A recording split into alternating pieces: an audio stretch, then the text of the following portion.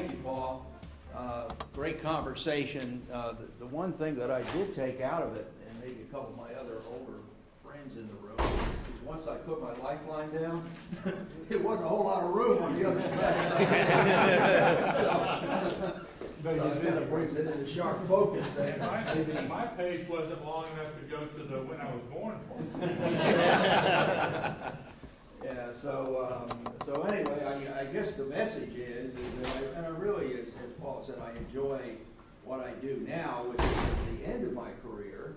I turned 74 last month, so, hopefully I make it to somewhere out there, but I know with guys like Eric and others that I've hopefully been able to help along the way. And so that's what I'm doing now, is helping others be more successful than maybe they would have been otherwise. So that's my giving back. So at the end of my career, I'm pretty pleased with what I'm doing now, because I get to work with some smart people and hopefully help them do better. So what I'm going to talk about now is kind of taking Can I interrupt for a second? Paul said. I just want to say it's greatly appreciated as well, because you spent a bunch of time with me. So, Great thank you. relationship.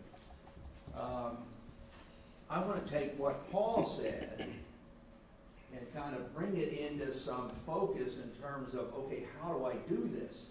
Because one of the things that I hear oftentimes as I'm working with the folks in my CEO groups is I don't have the time, right? Time is not on my side. I have too much to do. I can't get to this. So how do we get to having time to do some of the things that Paul talked about, both in our personal life and our business? I've seen so many executives, business leaders, et cetera, over the years that their family life suffers because of the success they are focusing on in their business life. So it's a real balance there. But I always hear, how do I get life-work balance? So here's another not necessarily known quote by Drucker. You heard the other one about strategy and culture. But one of his other observations is that 25% of what CEOs do is actually irrelevant to their organization, meaning that they're doing a lot of stuff that doesn't matter. So right away, if we're able to identify that, we might be able to find some time to do the proper things. So I'm just going to go through a little practical exercise, and this information is pulled from what many of you that are that are familiar with the traction model. I know Chris is going to address that a little bit after me, but from the it's called delegate and elevate. In other words, if you aren't doing everything as the business owner and are not delegating, trusting others to do things, then you're constantly never going to get out of it. You hit that ceiling, and your capacity is limited. So the first thing to do is to define your 100%. Hopefully it's not 100 hours a week, but really to put it in focus, to say, how much time do I want to focus, or do I have to focus on my business? It's probably more than 40 hours. But let's hope it's not 100. But define what your capacity is. And then determine if you're over capacity or not. I mean, if you're coming home every day and you're just totally exhausted, you have no more gas in the tank, you are over capacity. So kind of realize where that line is. So here's some steps to do it. Might take a little effort on your part, but list everything you do. Take a week and just list everything you do. Take those things that you do associated with people and put them to the side. Why? Because probably the most valuable time you spend, back to the culture conversation, is the time you spend with your people. Coaching, going on calls with them, helping them establish a direction, giving them recognition, those sort of things. So take those time, because those are times you do not want to diminish. Set those aside. And then place your activities in 4 quadrants, and I'll show you what those quadrants are in a minute. And then plan how you're going to delegate based on this exercise we're going to do here in a second. So, open up your books to, there's a thing at the bottom that has 4 quadrants in it. Everybody find it? Page 8. What page is it on? 8, okay. So the first thing you're going to do, and here's what we're going to do in a second, is that I'm going to have you team up again and have you do just a couple things. But number one, if you're going to let go of the vine, you've got to prioritize what you are spending your time on and what you are going to delegate. So the first quadrant is what you love to do and what you're great at doing. Obviously, that's where you want to focus most of the time. The second one is you like to do it and you're good at doing it. But the bottom one you don't like to do and you're good at doing it. And obviously the last one you don't like to do and you're not doing. So if you're able to come up with that list that you record for a week or 10 days or whatever it is, and then take that list, separate out that deals with people, and take the rest of it and put it in one of those 4 categories. It'll bring some clarity in where you're spending your time. So let's take a minute, turn to your partner, and just really do 2 things. Come up with the number 1, what you love doing and you're great at doing, and what you don't like and you're not good at doing. This is what you're doing now, okay? I mean, this is that list that you would have compiled over some time. But just off the top of your head, write down the number 1 thing you love doing and you're great at doing it. That should not be delegated necessarily. And the other one is you're doing it and you hate it. So that's something you certainly could get a plan to delegate if it's important to the organization. So take 5 minutes here and turn to your partner as you did before, and each of you come up with at least 1 item in the top left and the bottom right. What do you love doing? What are you good at?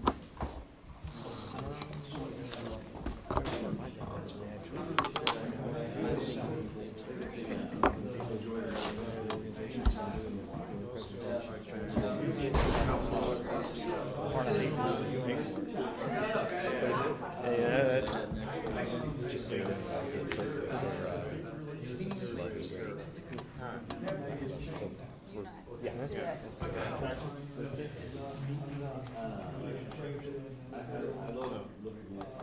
What do you both like to do there? Yep.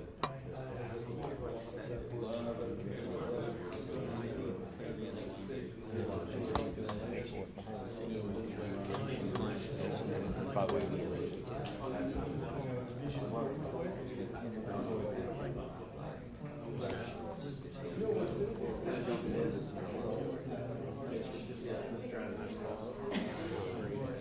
also, I would say is service work. I don't like it. Yeah, I guess that's right. Same with me too.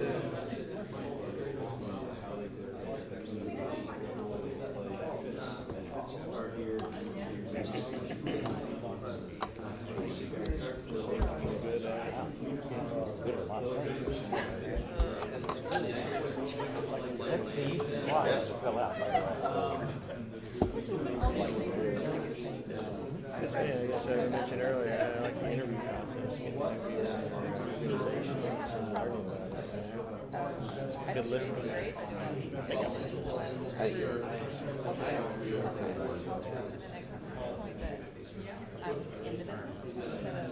trying to think what I can do.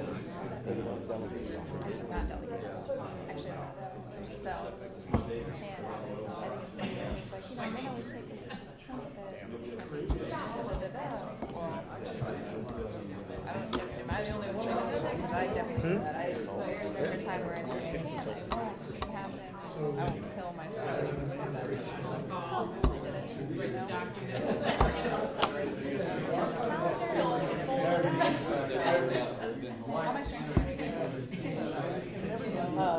Yeah, I could.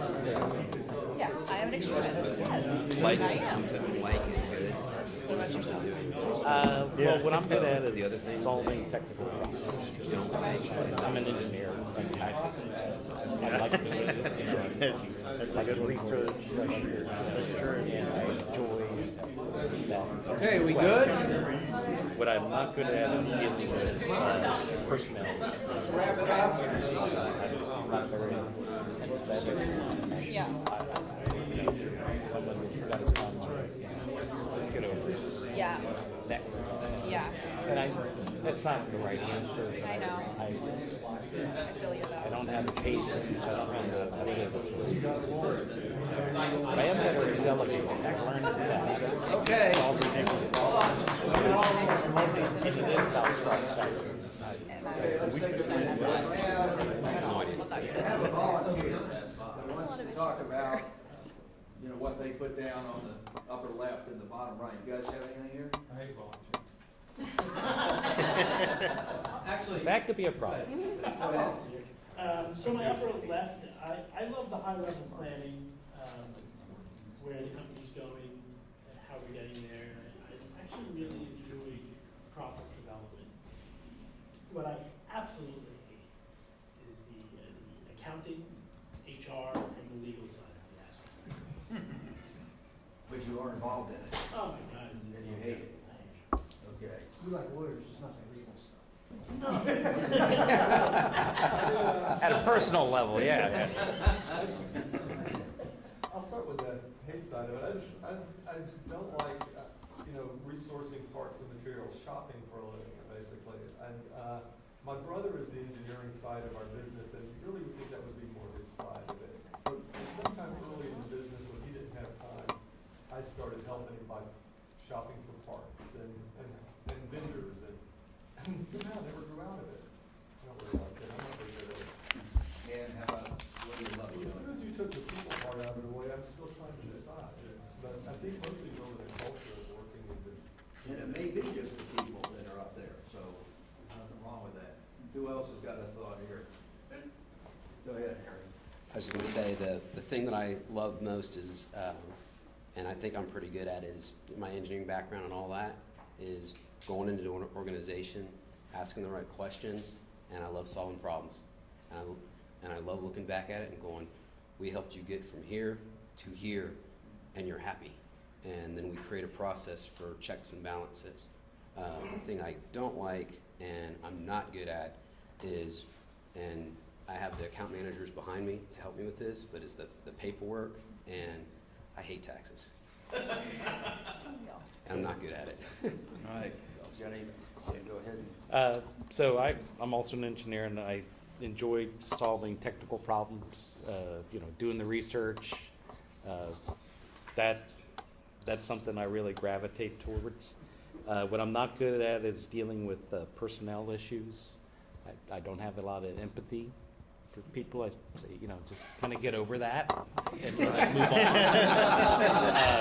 And I know that's not right, but that is what's in my head, That's not one. Well, Yeah. again, when I say Yeah. separate out people issues, I'm talking about positive people issues, right? Right. So, anybody else want to put something Have- on? This is a really interesting exercise for us because what I'm seeing is that what I love to do, she's really interested in, and what she hates to do, I'm really, really good at. So I really love and I'm really, really good at relationship building, interviewing, asking questions, listening. And she doesn't have any interest in that at all. But yet I don't want to do the minutia. I don't want to do the Excel spreadsheets, and she loves doing that, and the math and all that good stuff behind the scenes. So it's interesting how this blends together. Right. Well, I would suggest that all of you, we got something here? Jeremy, I'm sorry. Yeah. Okay.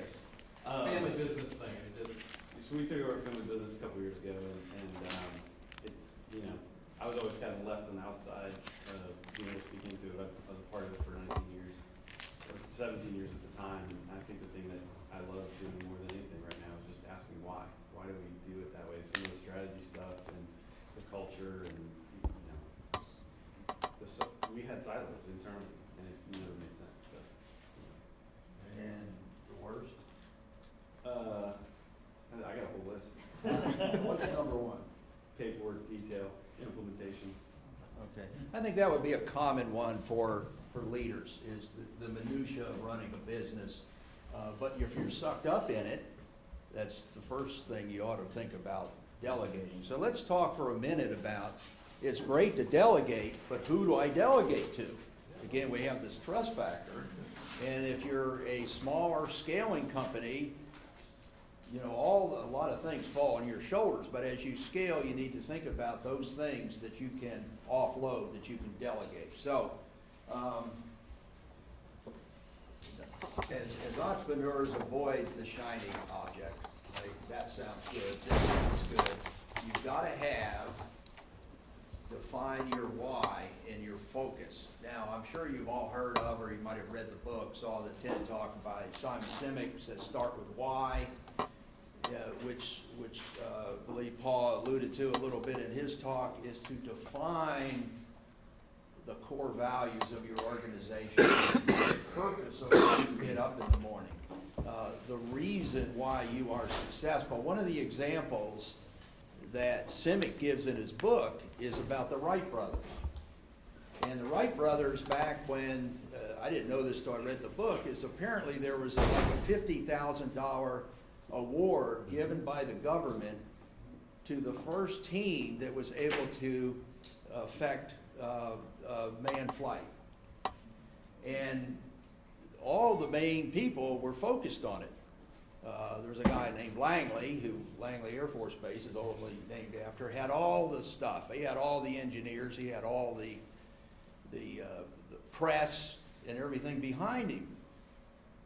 What he didn't have is culture, because his goal was to win the prize. Then there were these two guys up in a bicycle shop in Dayton, Ohio, right? They had no money, they had no recognition, but they had a focus. They understood their why. They were going to change humankind by achieving powered manned flight. So their team did not take compensation. They worked on the accomplishment of that goal. And guess who got there first? Because they had a culture and they had a focus, and they have defined the why first to bring that team in. Again, what Paul said is that everybody understands their swim lanes, everybody's in it, and everybody's communicating. To your point, there is no silos if everybody is bought into the why of the purpose, of the foundational reasons as to why you're doing what you do. I think another real current example of that is, we just heard it in the news a couple years ago, whether you believe or not in their particular focus, but remember when Hobby Lobby and Chick-fil-A went to the Supreme Court because with the Affordable Care Act, they had to provide contraception through their health plan. And because of their religious beliefs, they did not believe in that. Their core values were not in alignment with them having to do that. And they risked, actually, the whole success of their companies by going to the Supreme Court. And obviously they prevailed, and they're both very thriving companies. But that's an example of core values and fundamental foundational beliefs in your organization that everybody buys into. So if you don't have that, and I know Chris is going to spend a little time on this, but that's step number one. Step number two then is to get to the what. You know, what we do, how we do it, and make sure we excel at doing it. So hire people that share your why and understand your what. In the EOS program, this Entrepreneur Operating System, they have a GWC. This is an acronym for when you're looking at the people that you're going to delegate to or hire, is the first thing is, do they get it? Does that person get what it is they're supposed to be doing? If they're an engineer, if they're an accountant, if they're a salesperson, whatever the job responsibilities are, do they truly get it? The second thing is, do they want it? I was working with a company down in Sarasota a couple years ago, and I was talking to the CEO, and I said, well, what's your succession plan? He says, well, and I forget the lady's name, but I'll say Mary. Well, Mary out there is going to take over for me. And I said, great, you have a plan. Well, I met with Mary. Mary had no interest and no desire to take over this company.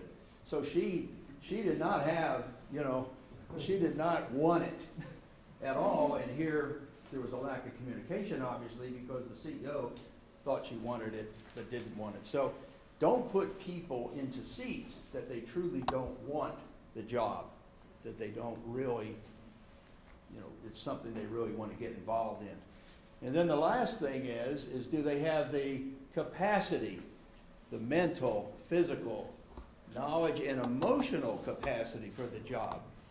I work a lot with some behavioral assessment tools, and it's amazing how on target they are when you're looking at certain job responsibilities that differ so much. I mean, if you take an accountant, their behavior drivers are a lot different than an outside business development person or an engineer or whatever it is. So don't forget about that emotional, behavioral focus that somebody would have that would fit in to this job. So if you can work through this, so number one is you get that list of everything you do. Number two, fill out the quadrants, look at the things that you need to delegate, and then start working with your team, with people, whether you have to hire or they're already internal, as to who am I going to delegate that to. If you hate bookkeeping, minutia, that sort of thing, you're not going to delegate it to somebody else that hates it too.